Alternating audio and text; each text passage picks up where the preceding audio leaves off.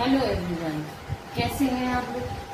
Today I am going to teach you the second chapter of Flamingo, Lost Spring by Anise Chen. Anise Chen, a famous short story writer, she has written many stories and highlighted the social issues. Today we will just study about the Lost Spring, the very famous stories collection. In this chapter, Anise Chen has introduced two stories.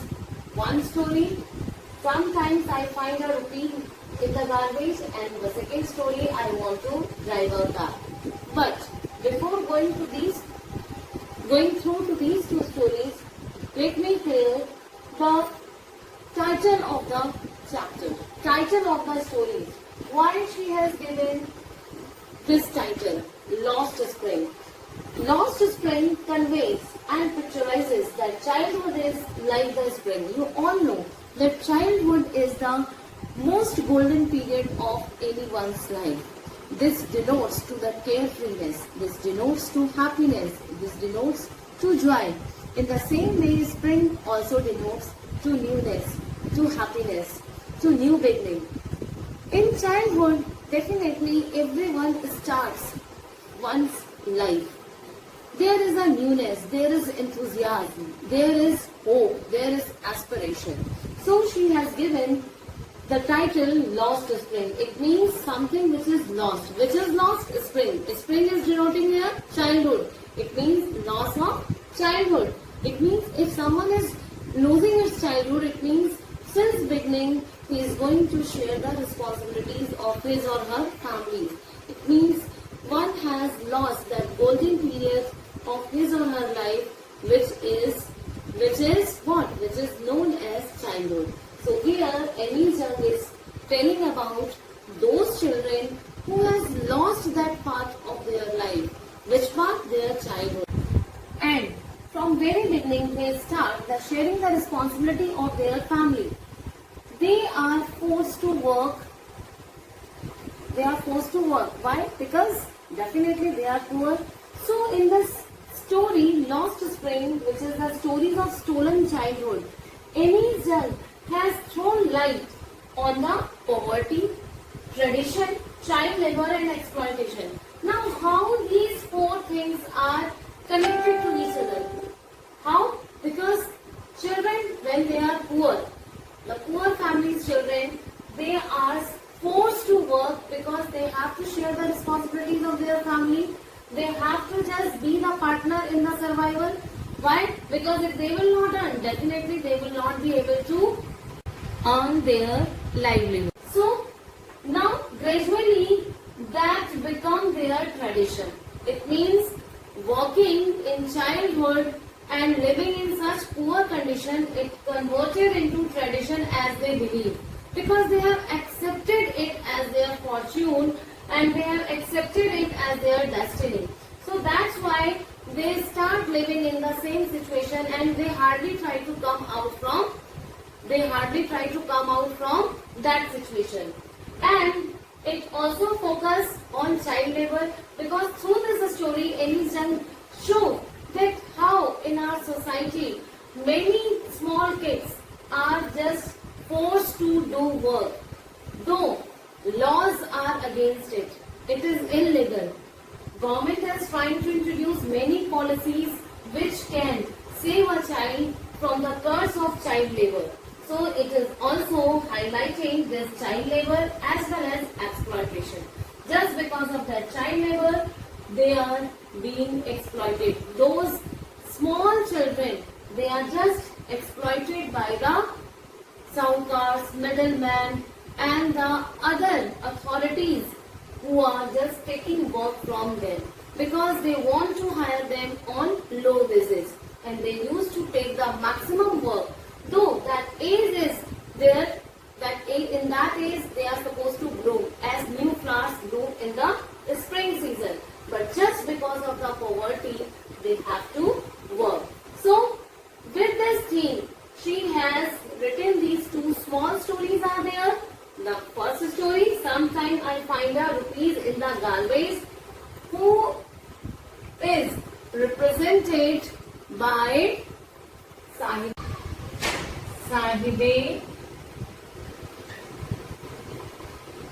Alam.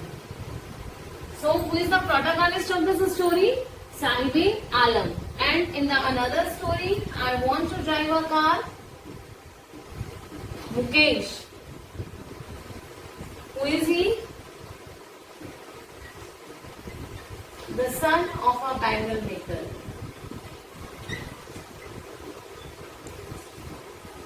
And he is a rag picker. So these two stories are there, and we will first of all start with the story.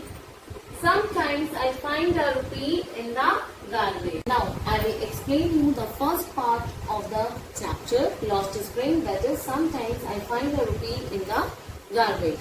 So in this story, who is the protagonist? I have already told you, Sahibe Alam. Who is Sahibe Alam? Who is a rag picker. So Sahibe Alam, who is a rag picker, is the main protagonist of the story. Which story? Sometimes I find a rupee in the garbage. Now this story begins with the encounter of Sahibe Alam with Anees Jung, in which she asks a question. Why do you do this work? Now which work? Because he is doing the rag picking job. He is a rag picker. So that's why the story begins with the question that why do you do this? And then why she asked this question? Because she was surprised to see him doing that work as he is a child. And that is the age in which he is supposed to go to school, not doing such business. Basically, Sahibe Alam and his family is the migrants from Bangladesh, Dhaka. Dhaka से वो लोग आए हुए हैं. ढाका कहाँ पे है? बांग्लादेश में. They are the migrants from which country? Bangladesh. They have left green fields, rivers. Why they have left their green fields? Because of this disaster, they have lost their all grains. Their crops were destroyed. In a storm, they have lost their home. They become homeless, and just in search of survival, they come to Delhi and settle there in Simapuri. So, without any identity, without any, you can say that because they were totally homeless, they were in search of food, they were in search of some occupation, they were in search of some means of their survival. So that's why they come in Delhi and settle in Simapuri. So when Anees Jung asked that why do you do this, and this Sahibe Alam replied. Sahib आलम ने क्या किया? Answer दिया. क्योंकि जब Annie's जंग ने उससे पूछा तुम ये सब क्यों करते हो, तो उसने बताया. क्या बताया? क्योंकि उसने बताया कि उसकी मदर उसको बताती है कि बहुत पहले इन 1971, कब की बात है? 1971, they all shifted from Bangladesh. उसने बताया कि वो सारे अपनी फैमिली के साथ कहाँ शिफ्ट हो गए थे? दिल्ली. दिल्ली में कौन सी जगह में? सीमापुरी में. कहाँ से आए थे? बांग्लादेश से आए थे. क्यों? क्योंकि वहां पर उनके बहुत हरे भरे खेत थे, लेकिन एक तूफान में, एक स्टॉर्म में उनकी सारी फसलें खराब हो गई, उनका घर टूट गया, वो सारा उनका सब कुछ जिसे कह सकते हैं लॉस्ट हो गया. एंड दैट्स व्हाई वो वहां से कहाँ आकर शिफ्ट हो गए? They were migrants in Seemapuri. अभी बताया they were where? In Seemapuri. Seemapuri is a place which is in the outskirts of Delhi. Outskirts किसे कहते हैं बेटा? पेरिफेरी, यानी कि दिल्ली के बाहर वाले एरिया में. ठीक है ना? पेरिफेरी पे है. Near yet far. This is very important line. हालांकि ये दिल्ली से क्या है? दिल्ली के बिल्कुल पास में है, दिल्ली में ही है, लेकिन इससे फिर भी बहुत दूर है. इसका सेंटेंस का मतलब क्या हुआ? इट मीन्स एनीस जंग क्या कह रही है कि as you know that Delhi is the capital of our country. Delhi is the capital of India. यानी हमारे देश की राजधानी है, और जब कैपिटल है तो वहाँ पर everything should be in proper way. All signs of development should be there. It means we can say कि अगर वहाँ पे हम सीमापुरी की बात करें तो सीमापुरी को उसने दूर क्यों कहा? क्योंकि Seemapuri is a deprived area where the rag pickers live, where there is no proper drainage system, no proper sewage, you can say the temporary houses are there. They are living in such a dirty and such a filthy condition that it is really very pathetic. बहुत दयनीय स्थिति में है. और हम अगर imagine करें कि हमारे देश की राजधानी में एक कैपिटल में ऐसी जगह है, तो दैट्स वाई, यानी कि अगर हम बात करें डेवलपमेंट की, तो डेवलपमेंट के नाम पर वो दिल्ली से बिल्कुल मैच नहीं करता है. डेवलपमेंट के नाम पे वो दिल्ली से बिल्कुल भी मैच नहीं करता है. तो that's why he has Annie's son has just used this word near yet far. She is saying that it is really metaphorically, it is far away from Delhi, यानी कि बहुत दूर है दिल्ली से. For symbolically, अब symbol क्या है? क्योंकि वहां पर उसने क्यों far कहा? Because there is no water in taps, there is no sewage, no drainage, and moreover they are living there without any identity. वहाँ वो लोग रह तो रहे हैं, बट वहाँ पर वो बिना किसी आइडेंटिटी के रह रहे हैं.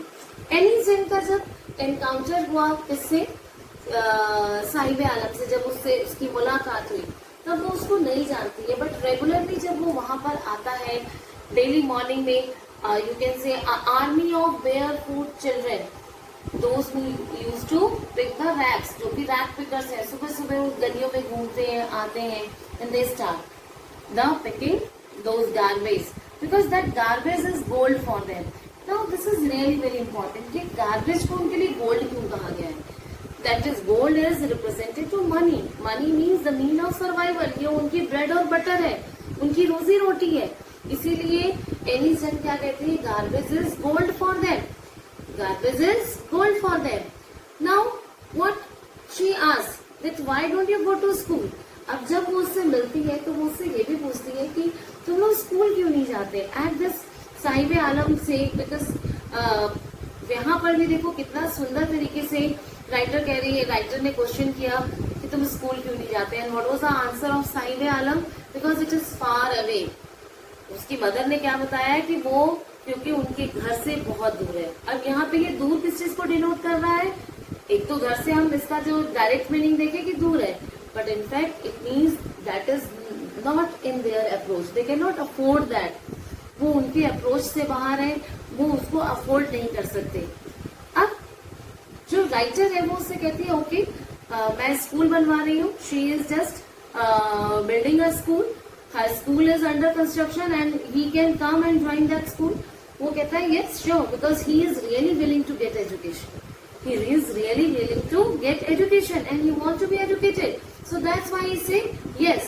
His affirmation that he wanted to join the school. He wanted to get education. So when writer say that okay, whenever my school will be completed, you can come and join. Next time when she meet to him, he simply asked. जब वो next time उससे मिलती है तो पूछती है कि वो साहिब आलम उससे पूछता है कि आपका स्कूल बन गया, as your school is ready now. At this she really feel very you can say awkward. She feel that why she has made such hollow promise. Such types of hollow promises are filled in the life of, in the world of such children.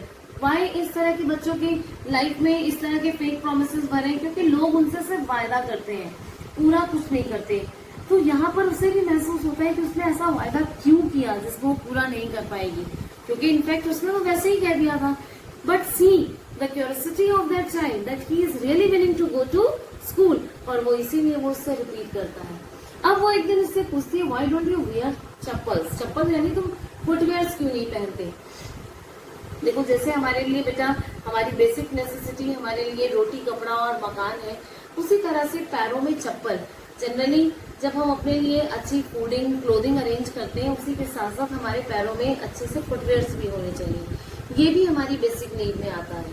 तो यहाँ पर वो उससे पूछती है क्योंकि वो बच्चे जो है बेयर फुट घूम रहे हैं, बेयर फुट घूम रहे हैं. अब वो जब उससे पूछती है तो उसने क्या आंसर दिया, that his mother has kept on the shelf. उसकी मदर ने उसको ऊपर शेल्फ पे रख दिया था. इसीलिए अनदर चाइल्ड इज सेइंग, अब वो क्योंकि 2-3 बच्चे हैं ग्रुप में खड़े हुए हैं, तो उसने कहा हाँ, अगर कई बार होता है ना कि आप क्लास में आपसे टीचर ने कोई क्वेश्चन पूछा तो दूसरा बच्चा तुरंत लेग पुलिंग करेगा उसकी कि हाँ मैम, अगर इसको काम नहीं भी होता ना, इसके घर में कोई अर्जेंसी नहीं होती तो भी ये नहीं करता, इसे फीवर नहीं होता ना तो भी नहीं करता। इन द सेम वे वो दूसरा बच्चा क्या आंसर करता है कि अगर इसकी मदर ने शेल्फ पे नहीं भी रखा होता तो भी इसे नहीं पहनता, उसे थ्रो कर देता। And the third child what he is saying, who is wearing the pair of shoes but that is not matching to each other, यानी कि जो तीसरा बच्चा है उसने जो फुटवेयर पहने हुए हैं वो आपस में मैच नहीं कर रहे हैं। Like one is of red colour then another one is of black colour, यानी कि दो डिफरेंट कलर के डिफरेंट अपीयरेंस के शूज उस बच्चे ने पहन रखे हैं, but even he is satisfied. अब वो उस पर जब कमेंट करती है तो he feel really very blush, उसको ऑकवर्ड लगता है, एम्बैरेसमेंट फील होता है। यहाँ पर अब इस सिचुएशन को देखते हुए एनीस जंग को एक स्टोरी याद आती है। अब बेटा ये वाली जो स्टोरी मैं आपको बता रही हूँ, ये इस स्टोरी के अंदर में एक सब स्टोरी है, स्टोरी इनसाइड द स्टोरी, कि उसको इस कंटेक्स्ट में याद आता है कि एक बार एक व्यक्ति ने, एक पर्सन ने उसको बताया था, who was from Udupi. Udupi एक जगह है, अ स्टोरी फ्रॉम उदीपी। ये क्वेश्चन भी आपका बोर्ड एग्जाम में आ जाता है। What was the story about the Udipi which is related to the shoes in you can say in the Lost Spring, why the writer has introduced the story of a Udipi style। तो आपको इस तरह से question आ जाता है तो you must know, Udupi से एक पर्सन के मुंह से उसने स्टोरी सुनी थी कि उदीपी एक जगह का नाम बताया हुआ है, that who belongs to Udupi, और उसने बताया था that there was a priest, और उस प्रीस्ट का एक बच्चा था, चाइल्ड था, और उस चाइल्ड को वो हमेशा जब भी अपने स्कूल जाता था तो on the way there was a temple where his father was priest, so there he always pray to God that bless him with a pair of shoes, कि वो हमेशा भगवान से क्या प्रार्थना करता था कि भगवान एक जोड़ी मुझे जूते मिल जाए। And one day goddess has granted his prayer, उसकी प्रेयर को गॉड ने ग्रांट कर दिया। अब उसने नेक्स्ट टाइम से प्रेयर क्या करनी शुरू कर दी, that he must sustain that shoes, यानी कि अब वो शूज जो उसको भगवान ने दिए हैं वो हमेशा फॉर एवर बने रहे। यहाँ पर क्योंकि शूज किसको रिप्रेजेंट कर रहा है बेटा, हमारे एक सोशल स्टेटस को, यानी कि जिसके पास पहनने को चप्पल भी नहीं है, अब आप सोचो वो कितना गरीब होगा। इट मीन्स इसके थ्रू राइटर क्या बता रहा है, उनके गरीबी को, कि वो कितने पुअर हैं, कि किस तरह से they are just continuously that perpetual state of poverty is being highlighted here। तो यहाँ पर वो जब उसने कहा कि अब ये शूज हमेशा मेरे पास बने रहे, it means in the coming generation also, कि उनकी जो ये एक स्टेप वो ऊपर आए हैं, यानी कि गरीबी में तो वो रह रहे हैं, लेकिन आज अगर वो एक लेवल उन्होंने अपना पार किया है, यानी कि अब उन्होंने शूज उनको मिल गए हैं, तो वो फॉर एवर कमिंग जनरेशन तक भी वो उसे सस्टेन करे। और आफ्टर 30 years जब वो वहां विजिट करता है तो देखता है कि वहां पे हालांकि वो सारी जगह वैसे ही उजड़ी हुई है, बट फिर भी वहां पर एक बच्चे के पास क्या है, जो वो प्रीस्ट था उसके बच्चे के पास शूज नहीं थे। अब उसकी कमिंग जनरेशन आ चुकी है, क्योंकि ये 30 साल बाद की बात है। उस बच्चे के पास स्कूल बैग भी है, शूज भी है और सॉक्स भी है, यानी कि आगे आने वाली जो जनरेशन है वो किस चीज से पार हो चुकी है, उस पॉवर्टी लेवल से पार हो चुकी है, और उसके पास क्या है, अब आज शूज है। तो अब राइटर यही कह रही है कि that visiting to the various states and various cities of the country, यानी कि इंडिया में वो कई जगह गई। She has observe many people roaming here and there, इधर उधर घूमते हुए देखा, who were shoeless, who were not wearing any shoes or any you can say chappal or any footwear, you can say that they are just roaming here and there without chappal or any shoes or any footwear, and they used to hide this condition by saying that it is their tradition। It means they are, if they are without shoes or without chappal, it is not because they are not having money, they are accepting it as their tradition। So let's move further। Yes, now Sahib Alam now Anis Jan says that Sahib Alam, who is a rat picker and he don't know the meaning of his name, इसका नाम देखो क्या है, साहिब आलम, जिसका मतलब क्या होता है, Lord of the universe. Anis Jan says if anyone is going to tell him the meaning of his name, or he will come to know about the meaning of his name, he will not trust it. He is going to hardly trust it because his name is not matching to his situation. He is a rag picker, and see how royalish name he is having. It means which denotes to the Lord of the universe. Sahib, who represents thousands of rag pickers. I have already told you that Sahib is among those thousands of rag pickers who have just migrated from Bangladesh, shifted where in Simapuri, where they are living without any identity, without any ration card. They are not having their name in the voter list, but still they are surviving over there. Moreover, like more than 10,000 rag pickers are living in Simapuri. They feel that for them ration card is more important than their identity card. Some politicians has provided them ration card so that they can just get some votes from them, and even they are satisfied. Some of the ladies also say who are living there in Simapuri that they are rather happy there in Simapuri, because at least they are getting some money, some meal over there to satisfy their family and for themselves, to quench their hunger. But Bangladesh, where they were having their own field, their home, but they were not getting any opportunity to earn. They were not having any source of their survival. So that's why even they are happy to live in that place where there is no proper sewage, no drainage. Even then, that is better place from that place where they were not getting their 2 times meal. Now, the children who are living in Simapuri, they are barefoot, they are rag pickers, they are just rummage through garbage. Rummage, it means they used to try to find out. वो ढूंढते हैं, खोजते हैं कूड़े में, उन्हें कुछ important चीज मिल जाए. इम्पोर्टेंट यानी कि जिसको वो बेचकर, उस कबाड़ को बेचकर, जिससे वो अपना पेट भर सके, क्योंकि वो उनके लिए क्या है, उनकी ब्रेड बटर है. समटाइम्स फाइंड अ 10 रुपीज और इवन अ सिल्वर कॉइन. अब उसी कूड़े के ढेर से कभी कभी उन्हें 10 रुपीज का नोट मिल जाता है, कभी उन्हें सिल्वर कॉइन मिल जाता है, कभी उन्हें 1 रुपी मिलता है. It means these all things, यहाँ पे वो थिंग्स किसको मैं कह रही हूँ, चाहे वो 1 रुपी हो, चाहे वो 10 rupees. These things is just surprise and a suspense for them, because for them it is surprise and wonder. See, now one question also arises, that why that 1 rupee or 10 rupee, whatever they find in the heap of garbage, is a wonder or a surprise for a child, and for adult or for their parents it is a mean of survival.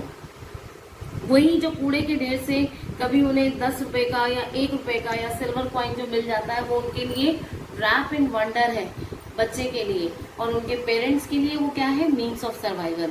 बच्चों, आप इसे अच्छी तरह से इस तरह से समझोगी. अगर आपको कहीं से अगर 10 रुपए 5 रुपए मिलते हैं तो आप क्या सोचते हैं, that is really rapt in wonder. क्यों कि मैं इससे चॉकलेट लूंगा, मैं इससे कोई पटीज खाऊंगा, कोई आइसक्रीम खाऊंगा. There are lots of options, जो कि आप सेल्फ सेंटर्ड सिर्फ अपने बारे में होके सोचते हो. But for parents, if they earn, उनको कहीं से कुछ मिलता है, तो they always think about their family, कि वो अपनी फैमिली को 2 वक्त का खाना कहाँ से देंगे. देखा भी होगा, जब पापा के पास जब सैलरी आती है तो पापा सोचते हैं ये बिजली वाले के देने हैं, दूध वाले के देने हैं, ये राशन वाले के देने हैं. बट हमें अगर कहीं से पैसे मिलते हैं तो हम क्या सोचते हैं, अपनी ट्रीट के बारे में, कि हमें ये चॉकलेट खरीदनी है, हमें आइसक्रीम खरीदनी है. So that's why the writer is saying that for those children, whatever money is found in you can say heap of garbage, that is wrap in wonder, or that is a surprise for them. They are having a carefree life yet burdened. Now what Anis Jan is saying, उनकी life बिल्कुल carefree है, उन्हें कोई tension नहीं है, कोई worries नहीं है. क्यों, बिल्कुल मस्त होके सुबह अपना बैग लिया और उसको लेकर वो पूरी आर्मी निकल जाती है. सारे वो जो रैग पिकर्स हैं वो एक ग्रुप में इकट्ठे होके जाते हैं. ठीक है, कोई बर्डन तो नहीं है, केयर फ्री है वो. और उसके बावजूद भी उन पे बर्डन है। यहाँ पे ये कंट्रास्ट है, care free life yet burden. Burden किस चीज का है कि उन्हें अपनी फैमिली के लिए, एक बच्चा है वो अभी से ही कमाना सीख रहा है, he is just being the share holder, he is just sharing the responsibilities with his parents, so that's why he is having the burden also. Stolen childhood. Now see the very important line, their childhood is stolen. उनका जो बचपना है वो खो गया है।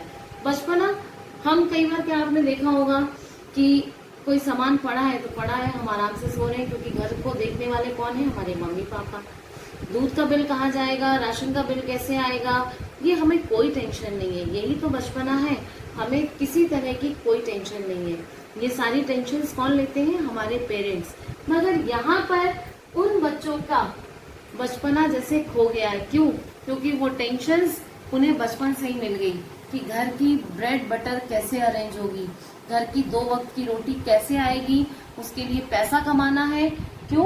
क्योंकि वो भी अपने पेरेंट्स के साथ उस अर्निंग को अर्न करने के लिए, अपने परिवार की जिम्मेदारी को निभाने के लिए वो भी अपने कंधे पे बैग लेकर बाहर निकल जाते हैं।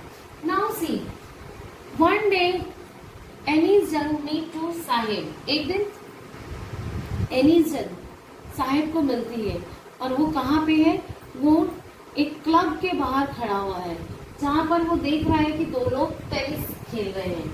Sahib admires tennis player.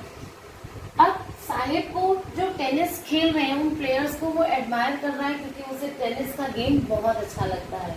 और जब वो उससे पूछती है कि तुम क्यों नहीं अंदर जाते, what was his answer? Because he cannot afford that game.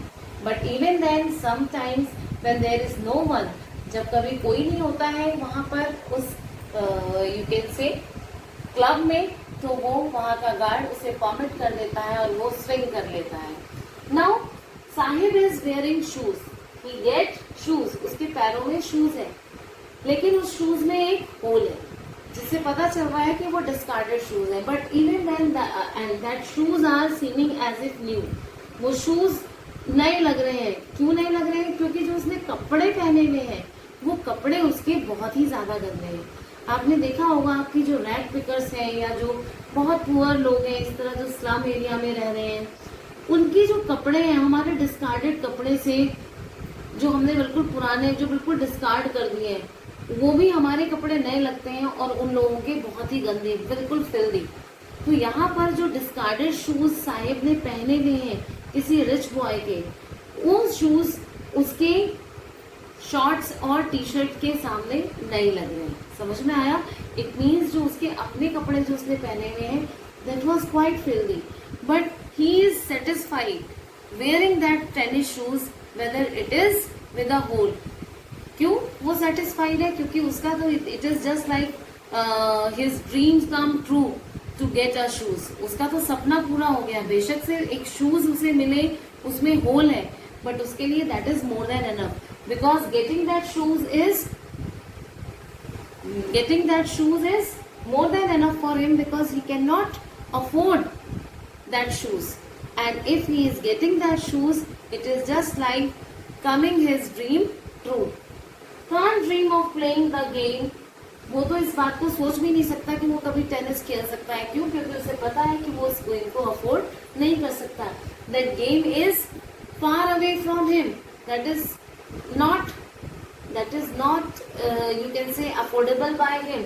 So that's why he is not dreaming about playing tennis.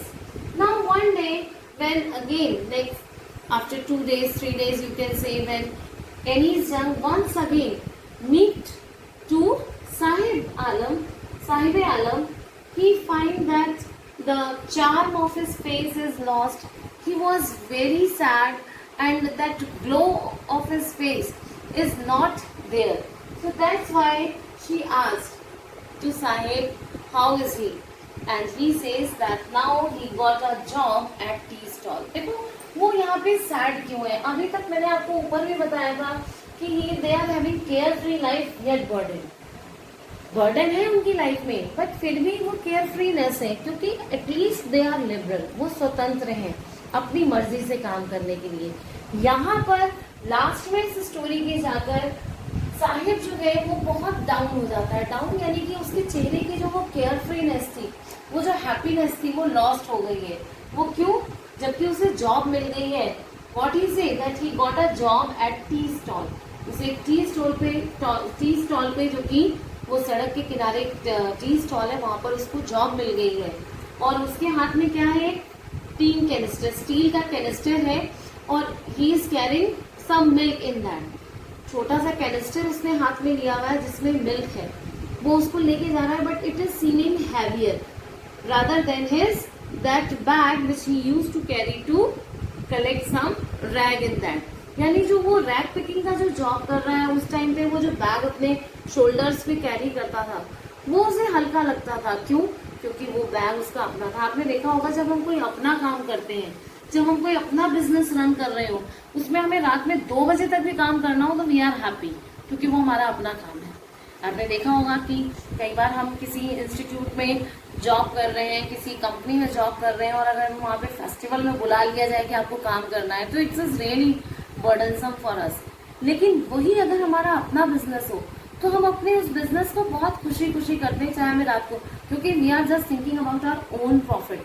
तो यहाँ पर भी वो आप इस चीज को कंपेयर कर सकते हो, क्योंकि वो टीन कैनिस्टर, वो स्टील का कैनिस्टर उसका अपना नहीं है, और वो बड़ा सा बैग वो उसका अपना था, तो इसीलिए वो बैग उसको इजी लगता था कैरी करना। और ये क्योंकि उस ओनर का है। Now he is earning 800 rupees per month. His owner is giving him 800 rupees per month, but still he feels bound. He is restricted now, because see, whenever we works under anyone, we are supposed to just report him on time. We are supposed to just dance on his tune. It means हमें जो कुछ भी करना है फिर उस मालिक के हिसाब से करना है जिसके हम एम्प्लॉय हैं। तो यहाँ पर भी, यहाँ पर अब उसे किसके अकॉर्डिंग काम करना है? अपने मालिक के, अपने मास्टर के। Now he is not the master of his own will. It means now he is not free, that care free look, because Annie's ask him, Annie's उससे पूछती है that does he like that job, क्या उसे ये job पसंद है, वो पसंद कर रहा है, but his that care free look is now disappear from his face. उसके चेहरे से वो गायब हो चुका है। वो जो केयर फ्रीनेस उसके फेस पे थी, it is completely lost. So it means why it is said that that care freeness is lost, because now he is no more the master of his own will. Though he is earning 800 rupees per month, he is getting his meal also, but still he is bounded. He feels bounded. He feels as slave, and that's why he is not happy. So that's all. The next part we will just teach in the next video. Thank you.